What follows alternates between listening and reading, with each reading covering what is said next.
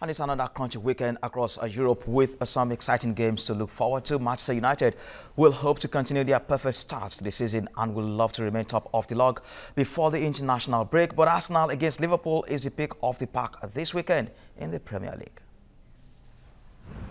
Manager Pep Guardiola will lead her Sky Blue Army to the Vitality Stadium in an early kick-off tie against Bournemouth on Saturday. City boasts of arguably the best attack in the division. No other teams boast two strikers as gifted as Sergio Aguero and Gabriel Jesus, while the Citizens have enough playmakers to field two squads.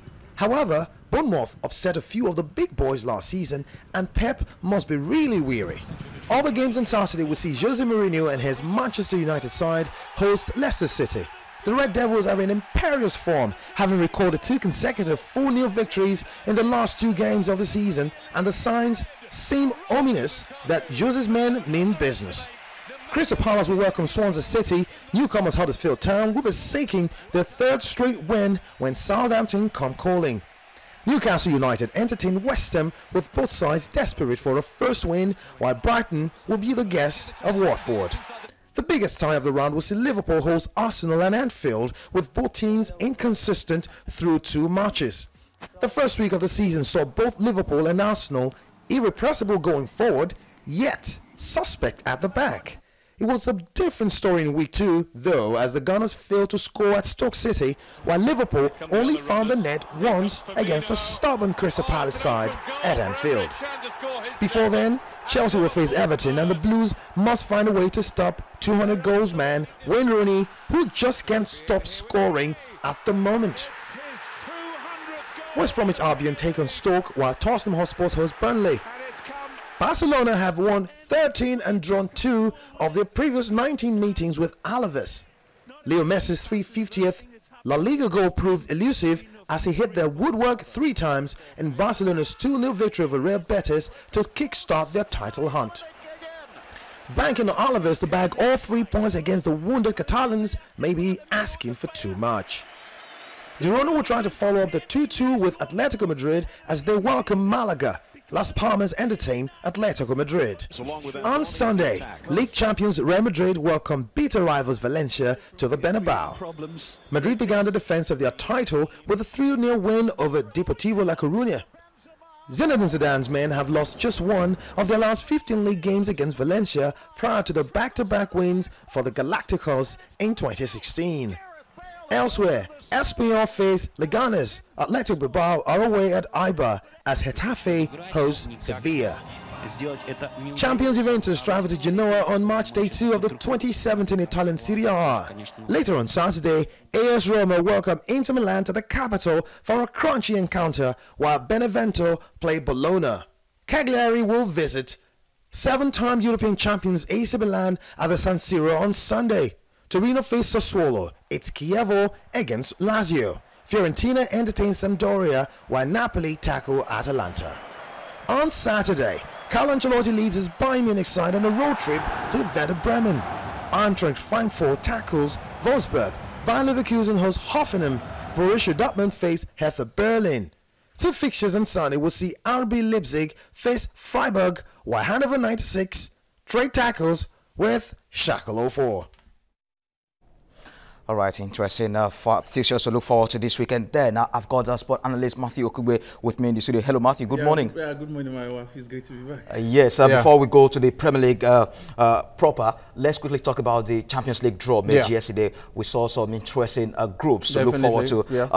The 2 Manchester clubs had, relatively easy groups. Definitely. But not so much so for both Tottenham and Chelsea. Yeah, for Tottenham and Chelsea, definitely they have their work cut out on the basis of the individuals in their group. I just hope they would be able to hold their own. For Chelsea, they've shown that momentum last season. They have a manager that knows the terrain, that has that character. I think they might be able to at least force their way out of that group. But for Tottenham, filing out against Madrid in their first game is definitely going to be a very difficult one for them. It's going to be a difficult one. Quickly, let me just tell you what groups they are. Spurs are drawn with holders Real Madrid, Borussia Dortmund in Group H, and Chelsea have a deal with Atletico Madrid in Group C. AS Roma and Karabakh are also in that group. What a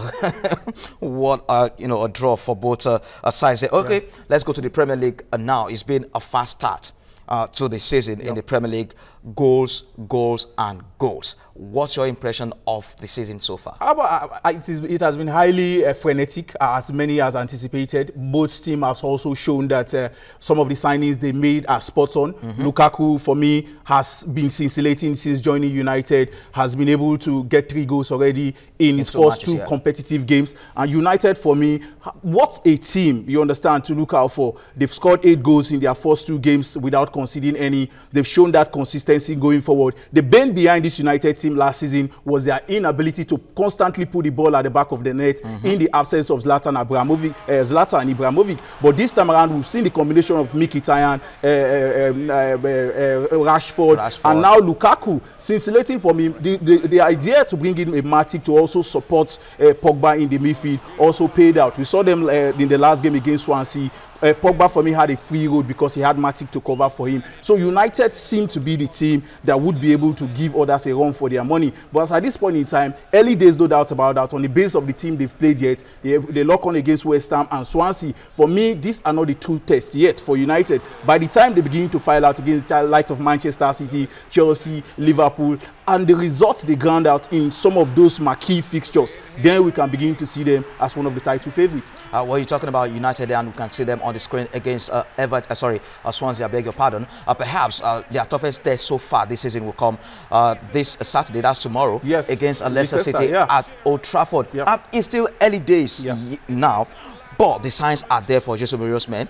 Once Jose gets to the top, he doesn't like relegation delayed. Yeah, definitely. He came up with an hyperbolical phrase the other time when he won against Swansea. He said in the second half, he decided to allow the horses to run freely. You understand? The boys should be able to express themselves against a much more cagey and also some form of pacey side like Leicester City. They will definitely have their work cut out. They have to try as much as possible to curtail those long balls that might be going to Vardy and ensure they keep it tight at the back. I think United have all it takes to get maximum points in this one.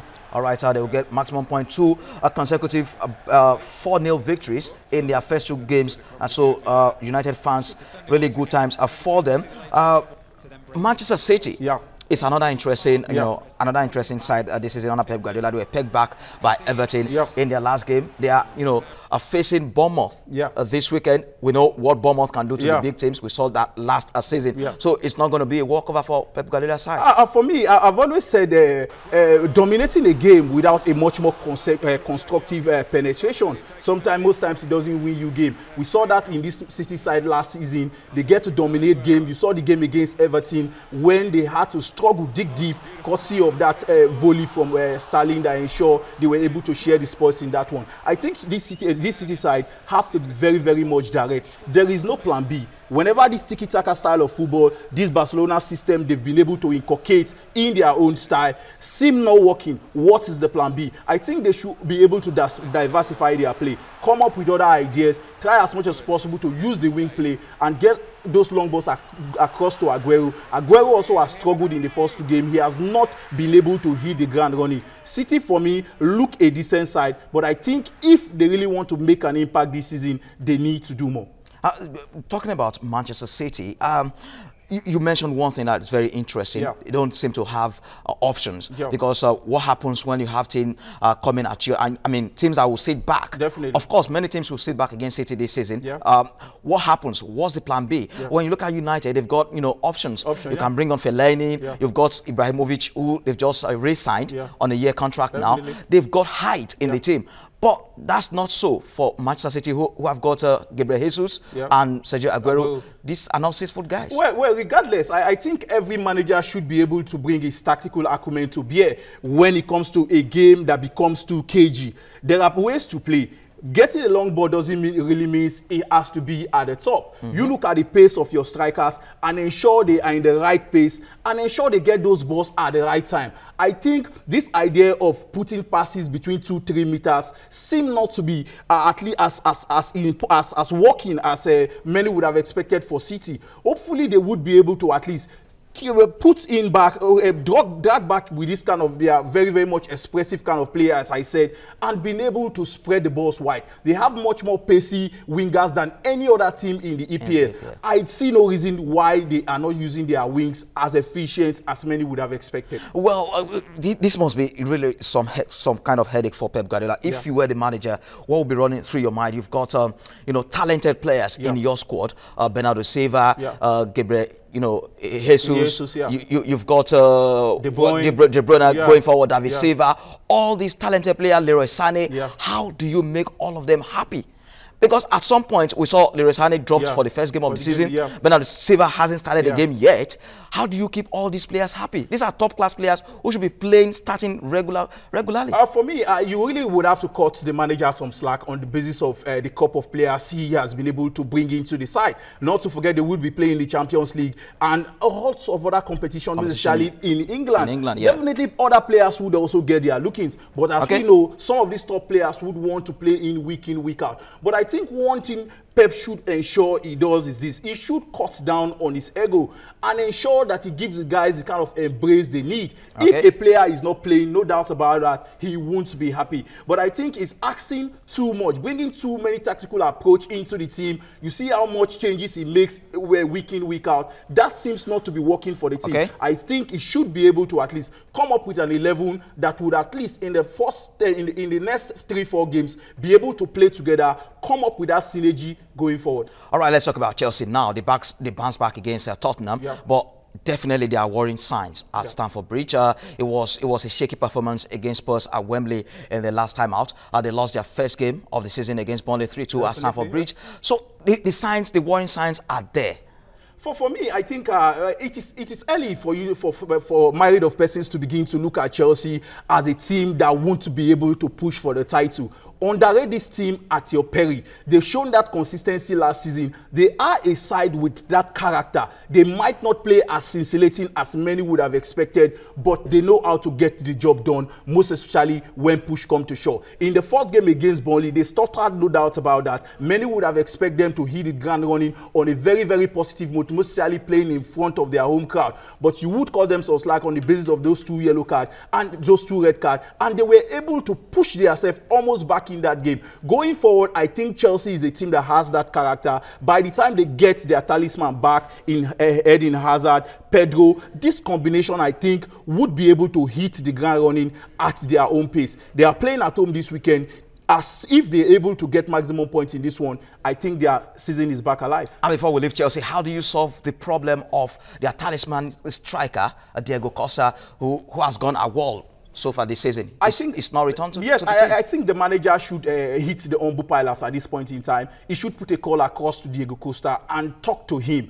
I think this has gone beyond the job of the directors or the board at this point in time. You sent a text to this young man that he is no longer in your plans. That is not the way to go about it. If a player is no longer your plan, you don't put it in public. You don't say that to a player who also has done well for you last season. Yes, he was unable to get a top-class player. He was unable to get double figures, no doubt about that. He comes with his own baggages. Every manager, every player comes with all form of shenanigans. That is why you are called a manager. You should be able to manage their egocentric tendencies and whatever that comes with it. I think Diego Costa, somewhat is still needed in that team. If he wants to be eased out, I think it should be done not in an acrimonious circumstance. Alvaro Morata doesn't look like the kind of striker that will get through you through all the season. Maybe score 20-25 goals a season yet. For me, I think Alvaro Morata needs to be given time. He has to hit the ground running at his own pace. He's a good striker, no doubt about that. A box-to-box, very pacey when it comes to if he gets those services. He's not the kind of striker you see for 90 minutes. I followed his career from Madrid,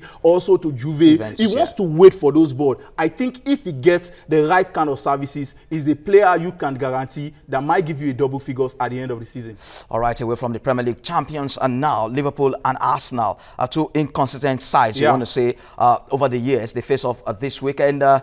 Conflicting results in their first 2 matches, but that will take nothing away from the tie at Anfield this weekend. How do you see their season panning out? It's definitely going to be an explosive one, no doubt about that. But at this point, looking at how both teams have felt in their first 2 games, not the best of start, no doubt about that. For Arsenal, they've continued to show that level of inconsistency. Against Stoke, I felt, for me, I think they have no business not winning that one because they dominated at some point. And looking at the 2 signings, the 2 purportedly marquee signings these 2 teams have made, Eddie Salah on the side of Liverpool, Salah, and Mohamed also Salah. Lacazette on the likes of on the part of Arsenal. These guys have been able to show that if they get the right kind of support, they would be able to deliver. Going into this one, for me, I think Liverpool seems to be the slight favorite, because when it comes to a game of this magnitude, Liverpool knows how to make it happen against the top teams in England.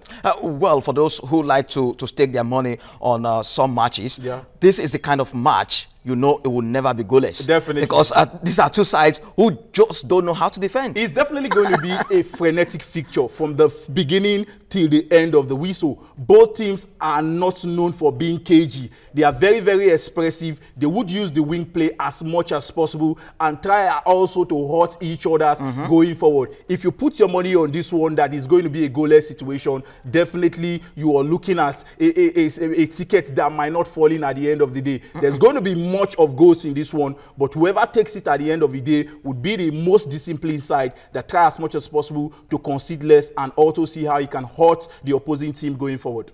All right, let's talk about officiating now. It's not until 12 months before we see VARs introduced to the Premier League. How would you say the level of officiating has been so far this season? In the EPL, I think some of the referees have overdone it on the basis of their course. I think they should be able to look away from some certain form of infringement, and the rate at which they give cards in the EPL for me is preposterous. You don't come up with cards when players who you know are already on a yellow card, and if there is any little infringement, you want to send them off. I think some of the referees in England are card crazies. Yes, if by the time other devices come to aid their performances, I think it will definitely be a welcome development in England to be able to recall some of their decisions and ensure that it doesn't cost teams vital points. It's surprising though. Why the delay? Because we understand it might be used at the FA Cup at some point this season, and perhaps the FA Cup. So why the delay in introducing it to the Premier League? I think what the English FA wants to do at this point in time is to ensure that they have the right structures in place and be able to sensitize the teams enough before they hit the ground running with this. Because not to forget that the decision using the VAR might not necessarily aid several teams, because there will be controversial decision whether it favors you or not. We saw that at the Confederations Cup, where many teams felt the decisions for calling back referees to rescind their decision really didn't go well with them. I think it's a welcome development in England, so as it will be able to cut on the excesses of some of these officials. All right, let's take your pick on the title now. Who would you tip to win the Premier League title? Well, it's a very difficult one, Mayowa. Early days to call. But on the basis on how the teams have been able to hit the ground running, it is very difficult to look away from Manchester United. They've started on a very, very positive note. Not to forget that they have a manager who has that pedigree that as soon as he gets top, he doesn't want to relinquish that position. He has shown that mental strength in the time past in several other teams. And we must also note that in the last 2 seasons where United finished outside the top 4, they were able to win their first games. So their first 2 games. So this, I mean, is not a criteria to judge Jose Mourinho, but I will be looking at him on the basis of his character and the confidence in the team as at this point in time. He said in their last match, he said the edge they have above other teams at this point in time is not on the basis on how they are playing, but the desire for the team to do well. I think United at this point in time definitely would be one of the favorite on paper, but going forward, I think other teams can still make things happen. Well, United rivals should be very, very wary of the United side under Jose Mourinho, because his second season is always a special. He's never failed to deliver the title in his second season at any club. All the clubs he's been, he's won the league. He has always made that happen, but I think all form of record are meant to be broken. If he wants to make that happen once again and continue to show that he's a special one and knows how to do such, he needs to hit the ground running at the pace at which they started. Yes, they've done that, and they have to be as consistent as they can be going forward. I said something earlier, their two tests would come when they begin to lock horns with the top teams. Okay, you are slightly going for United, but quickly, your top four. Too close to call, because at this point you would want to be looking at a top 5, a top 6, or even a top 7 with Everton. Because yes, Tottenham has also shown in the last 3 seasons that they are a consistent side that will continue to remain in the top 4. But for me, if I want to make an early prediction for the teams that would finish in the top 4, definitely Chelsea will be in the mix. United might come first, then Manchester City, and I think Liverpool still has all it takes to consistently remain in the top. But for Arsenal Football Club, if they want to force their way back into the Champions League next season, I think they need to do more than what they are doing at this time. All right, let's talk about one man who has been dominating headlines recently for all the good and perhaps bad reasons. Cristiano Ronaldo is been named the best player in Europe for the second consecutive year now. He beat off competition from Lionel Messi, of course, obvious choice, Lionel Messi and Gianluigi Buffon. Before we talk about Ronaldo, let's take a listen to the special player himself. So glad to be here, honored to win this trophy.